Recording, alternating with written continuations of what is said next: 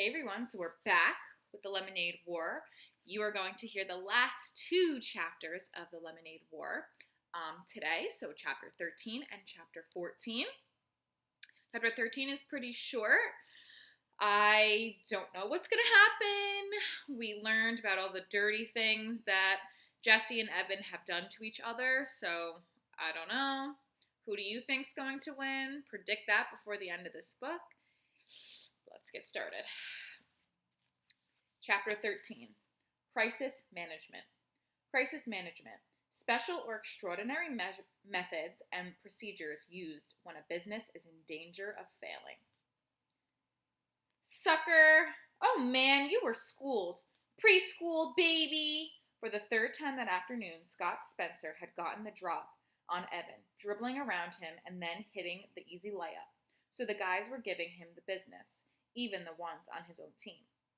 It was Evan, Paul, and Ryan against Kevin, Tume, Malik, Lewis, and Scott. Evan wished that Scott hadn't shown up, but he had, and they needed the sixth guy for 3-on-3 since Jack had gone home to ask his mom if they could all swim at his house. So what was Evan supposed to say? Anyway, Evan was 3 times the ball handler that Scott was, and everyone knew it, so it was all in fun. But it didn't feel like much fun to Evan.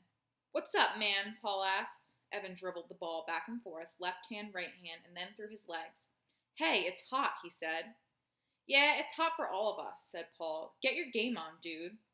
But Evan couldn't get his moves right. He was a half step behind himself, and every time he moved, the envelope slapped against his thigh like a reprimand. "Speaking of hot," said Ryan. Everyone turned to look. Jack was coming up the path, running at a dead dog pace. "Oh, please, God," said Paul. "Let her say yes."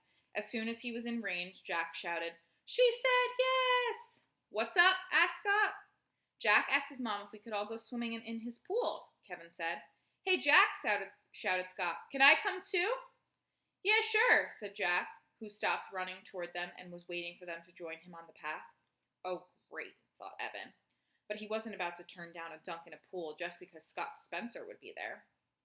Nobody wanted to go home for suits and towels. Kevin, Malik, and Ryan were wearing basketball shorts anyway, so they could swim in those. "We've got enough suits at the house," said Jack. "My mom saves all our old ones." At the house, Evan changed into one of Jack's suits. He wrapped up his underwear and shirt inside his shorts and put the bundle of clothes on the end of Jack's bed next to all the other guys' piled up clothes. It felt good to drop the heavy shorts with the envelope stuffed in his pocket. Then, just to be sure, he put his shoes on top of the pile of clothes. He didn't want anything happening to that money. They played pool basketball all afternoon, even though the teams were uneven. Jack's mom brought out drinks and cookies and chips and sliced up watermelon.